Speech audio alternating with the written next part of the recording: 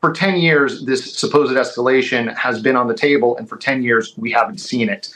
The Russian Federation's military is underperforming. Vladimir Putin has threatened to strike Kyiv with ballistic missiles that he claims can't be shot down by any air defence system. It follows attacks on Ukraine's power grid, which has left more than 1 million households without electricity today. Putin said it was a response to Ukraine's use of long-range US and UK weapons inside Russian territory. Let's speak to Sarah Ashton Cirillo. She is a sergeant for the Ukrainian Defence Force and is in Kyiv. Good evening to you, Sarah. Good evening, Kate. And I just want to begin by saying thank you for the continued support from the citizens across the United Kingdom, for all of the Ukrainian people, and for us in the Ukrainian Defence Forces. Well, look, you are going through something quite extraordinary over there at the moment. You've gone to Ukraine from the US to join their territorial army, effectively. You are part of the Ukrainian Defence Force. That is the decision you've made. And I wonder, on days like today, after Russia has struck the country's power grid, and when Kyiv is under threat of being subjected to Russia's new ballistic missile, the Oreshnik, I wonder how you feel about being there. Kate, I've been on the ground in Ukraine for over 1,000 days. Been in the Defense Forces for over 2 years. And what we're seeing from Vladimir Putin today is just a continuation of what he's famous for, spouting words that the Russian Federation simply cannot back up. We've been able to shoot down all of their missile systems thus far, including their supposed hypersonic missile. And the ballistic missiles that he's threatening us with simply are not being produced in any quantity that would give us concern. The reality is Vladimir Putin is the head of a terrorist state, and with that comes the criminal language that you heard tonight. Okay. Is Kyiv preparing for an attack? Are there any changes that are being made? Any mobilization on the ground at all? Ultimately, the people of Kyiv are understanding that it is a constant battle against the Russian terrorism. So while Putin speaks, the people of Kyiv are resolute in continuing on with their lives. And today is no different. We saw it last week when the United States suggested that there was an imminent threat to the city. The people of Kyiv continued. The Defense Forces, along with the security services, and of course, the leadership of President Zelensky, has ensured that the people of Kyiv understand what it takes to survive any and all attacks by Vladimir Putin's Russian Federation, and as such, life goes on. So this missile, the Oreshnik, it's a new type of missile. It flies at 10 times the speed of sound, and according to Vladimir Putin, cannot be intercepted. You would doubt its credentials, would you? I do. And in fact, if you look back to why all of a sudden he's unveiling this supposed wonder weapon, as some in the press have called it, is most likely in response to President-elect former President Trump's decision in 2018 to call Putin's bluff and remove the United States from the Intermediate Ballistic Missile Treaty with Russia, due to the fact that the United States recognized that Russia was not living up to their side of the treaty. And no doubt this was simply a message to the incoming president of the United States, basically just saber rattling. The notion that all of a sudden, 1,009 days into this full-scale invasion of Ukraine, Vlad Putin is pulling out this weapon to inflict some sort of fear upon the Ukrainian people is laughable. Look, there were reports in the New York Times last week that unnamed Western officials had suggested giving Ukraine nuclear weapons before Joe Biden leaves office in January. We know that Zelensky has repeatedly complained that the 94 Budapest memo, which basically meant that Ukraine gave its nuclear weapons inherited from the USSR, it gave them up according to that sort of treaty. Zelensky has repeatedly complained about that.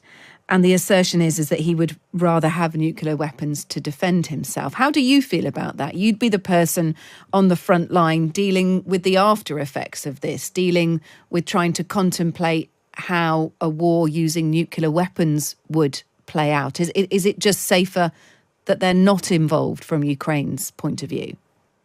Let's back up 1 second. Let's return to the fall and early winter of 2022, when the probability of a nuclear strike against Ukraine from the Russian Federation was at its highest point. iodine pills were being distributed, there was a palpable sense of what could this madman do.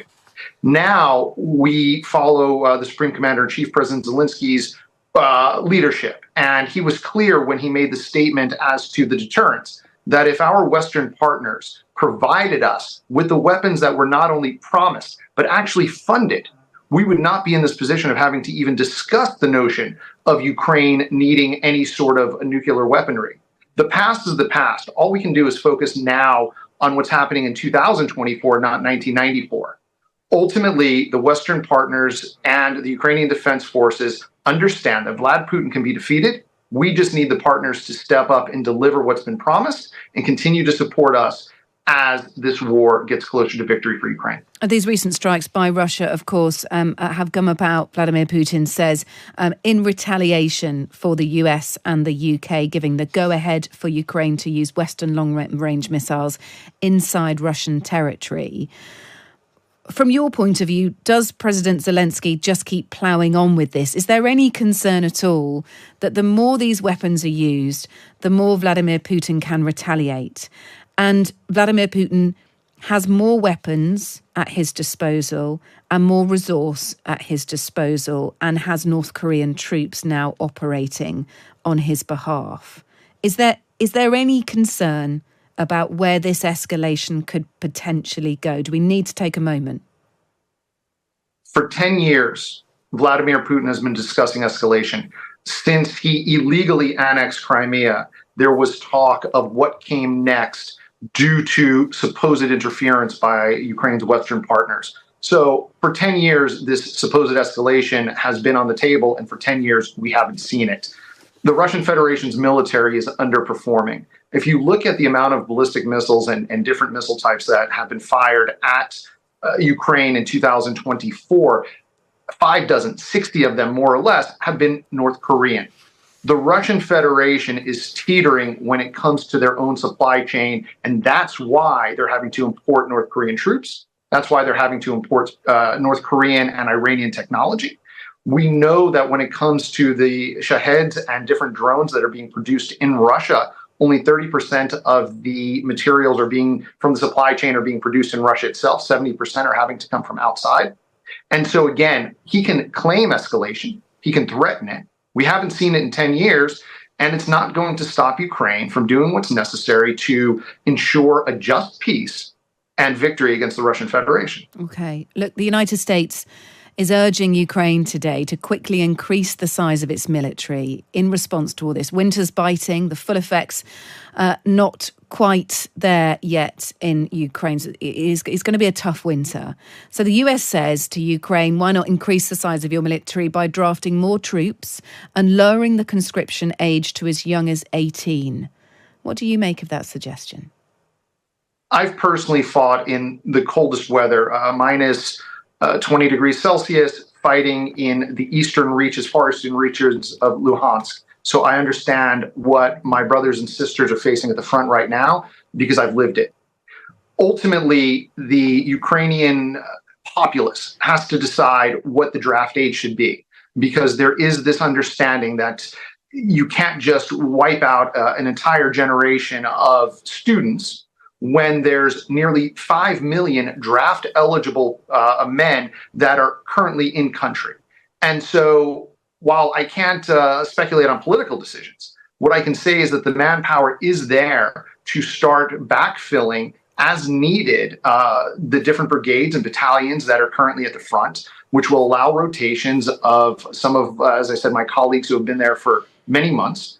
And I think that's the first step.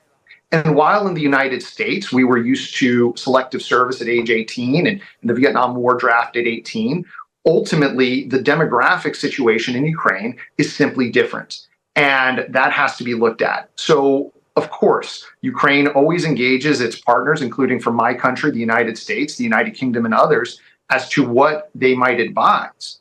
But the reality on the ground right now is we do have 5 million, nearly 5 million draft-eligible men to be picked from ages 25 and above. But if it needs to go down to 18, should it?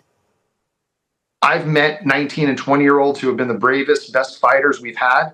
And I don't think people should be scared of going into battle against the Russian Federation. We have incredible training and incredible leadership. So if it dropped to 18, I don't think it would be the end of the world. But ultimately, that's a decision for the Rada and for President Zelensky. Look, it's been a great pleasure to speak to you. Thank you so much. Please come back and speak to us again soon. Sarah Ashton Cirillo there, who is a sergeant for the Ukrainian Defence Force and in Kyiv. Thanks for being with us. Appreciate it.